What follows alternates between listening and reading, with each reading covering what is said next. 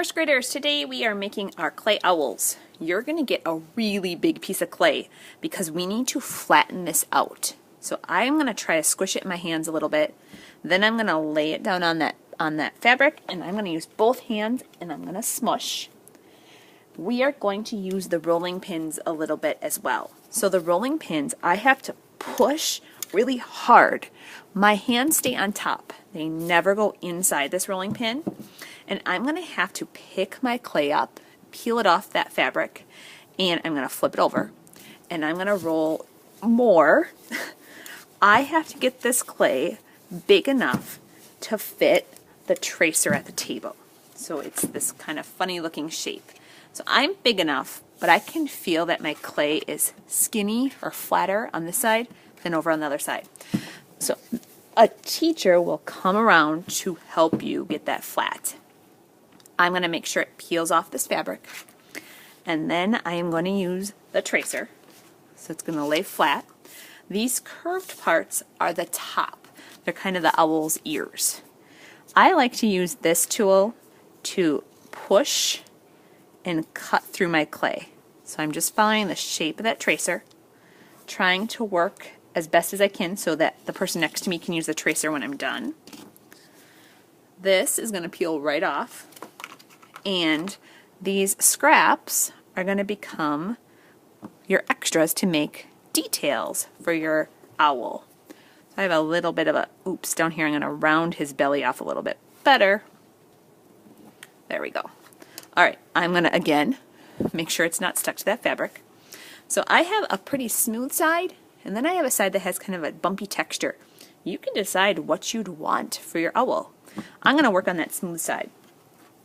Some of these clay pieces are still flat, and I can use them. I'm going to cut some circle eyes. So I'm going to lightly draw on my best circle. If I don't make it perfect, I can erase it, and I can draw it again. Then I'm going to cut that eye out. So I'm just pushing a little bit harder. I'm going to use this one to trace, so that I get two eyes that are pretty close in size. Peel that off, and I am going to cut that one out. Now, I cannot just get these to stick on. There are some tricks that I need to do. I need to have a toothbrush and water.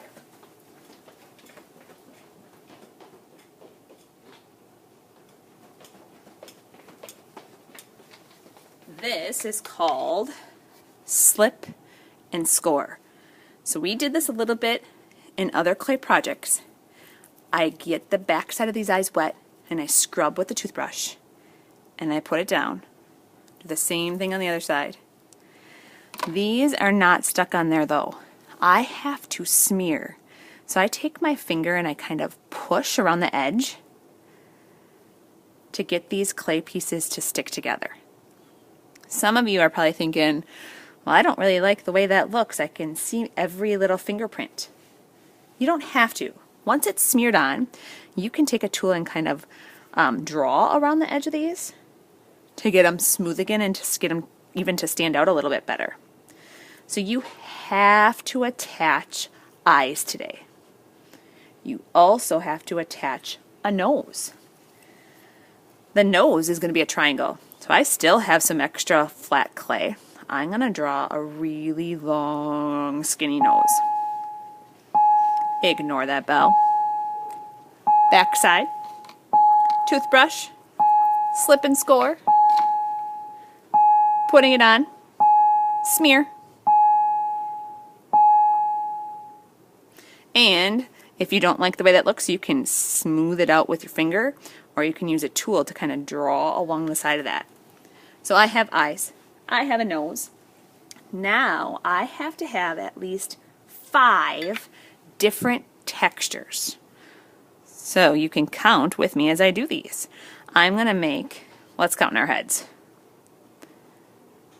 Eyes. That's one texture because it's the same. I could use some of the other tools at my table, and maybe I'm going to give my owl some eyelashes.